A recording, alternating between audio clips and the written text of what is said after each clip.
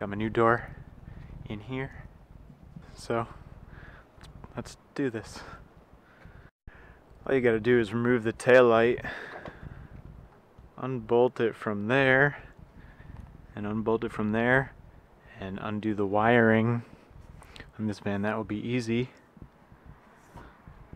And this door comes off, another door goes on.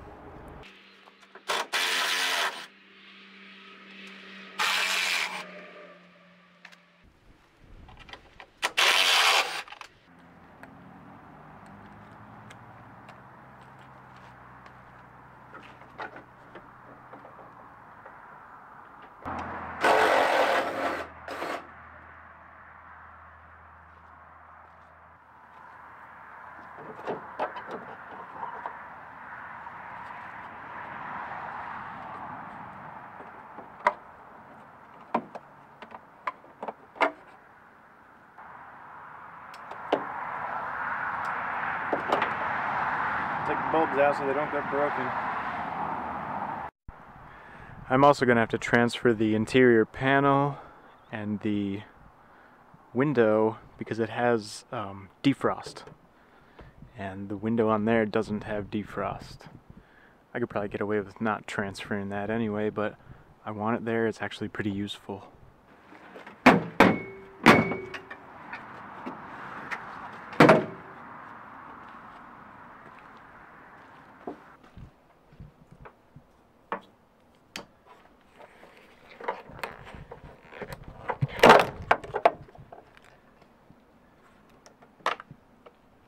I'm actually going to remove this window before I take off the door in case I drop the door or something, and yeah, I don't want to break the window.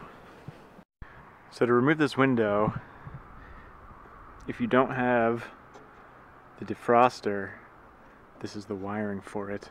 Unbolt it here, they're just T30s. Remove these two Phillips head screws and then the window comes out. If you do have the defroster, you're going to need to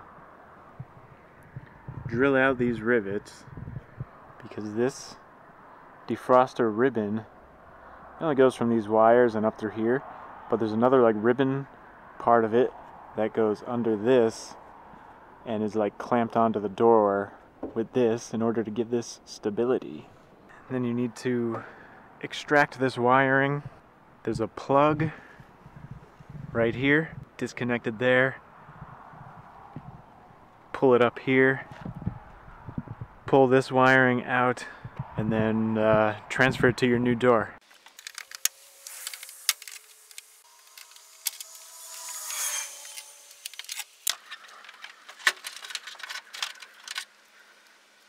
Be really careful you don't cut yourself on the door panel.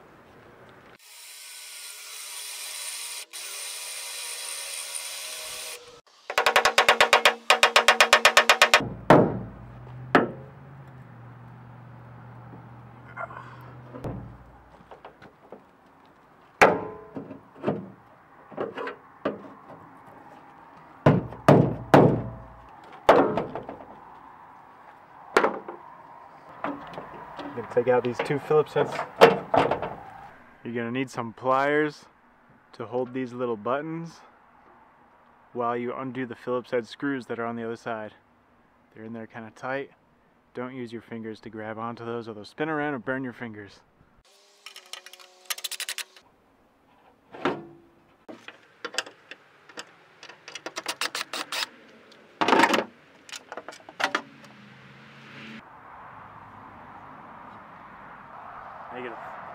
-13mm.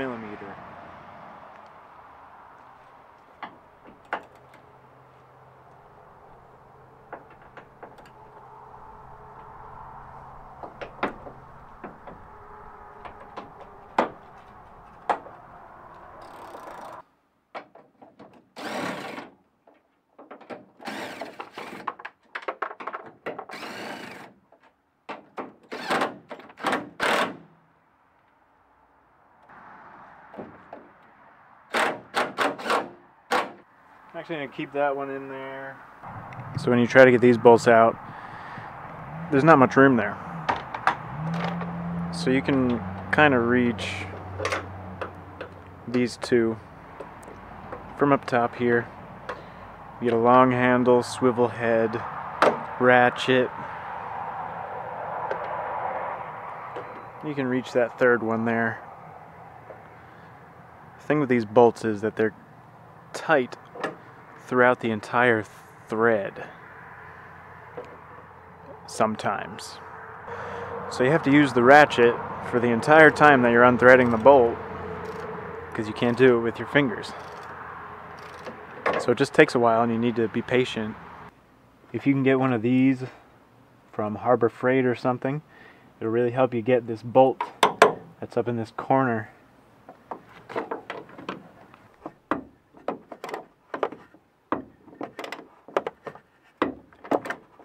Or you can just go in through the bottom and make it easy on yourself.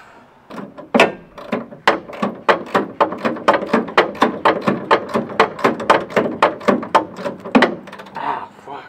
If you're lucky and your bolts aren't super stuck, you can get one of these. I'm not lucky.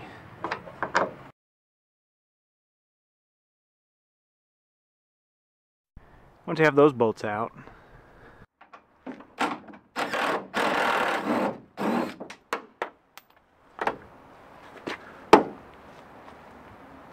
now your door is off.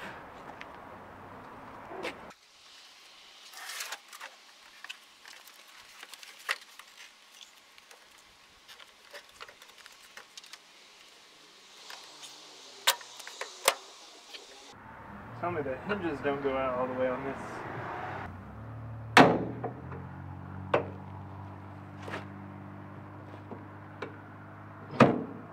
There we go. I got this out of a 1998 conversion van. Any van from like 98 to 2007, they all have compatible doors.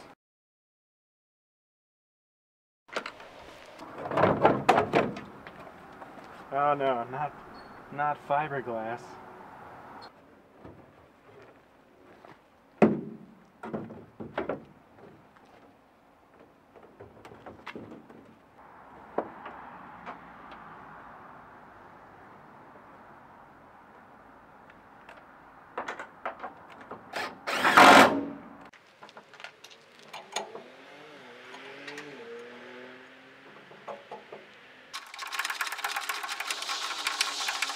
Now the fun part is aligning the door.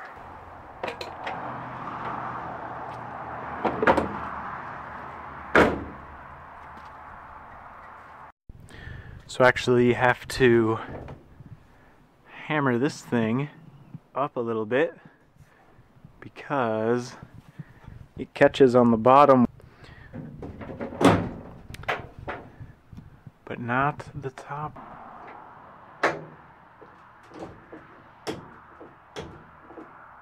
So the way I'm aligning the door is I aligned that hinge to where the old hinge was. I left that hinge loose because the door still moves around a little bit on this pin even though the hinge is tightened. And I closed the door and make sure it's closing smoothly. Then I tightened that hinge. Get out of here. And to get this to close smoothly, I need to adjust this. This is held in by these T40s. You just loosen them, and this can move up and down. Seems like I'm gonna need to add a spacer here. So I went to my old door. Gonna take one of the spacers, put it here, and see if that helps me. So I actually added all the spacers. So I have 4 spacers in there. It's kind of a lot and looks kind of funny, but I really can't get this door to come over. You can see that the seal is sealing very nicely. Everything looks good there. So I just did a bit of fine adjusting, up, down, back and forth, whatever, to get this to close smoothly.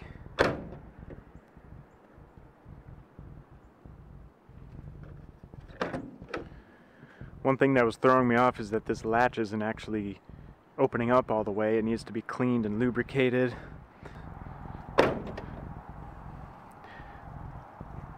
You can't really see it in there, but the seal is touching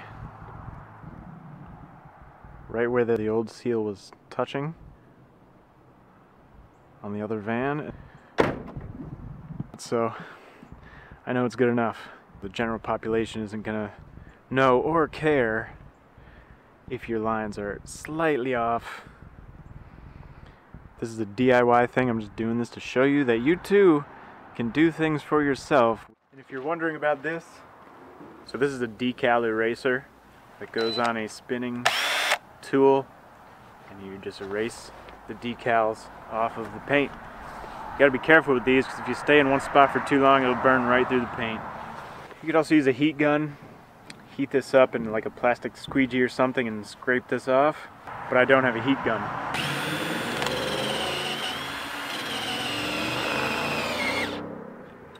Ran out of battery. It also doesn't help that this is out of round. It's kind of bouncing.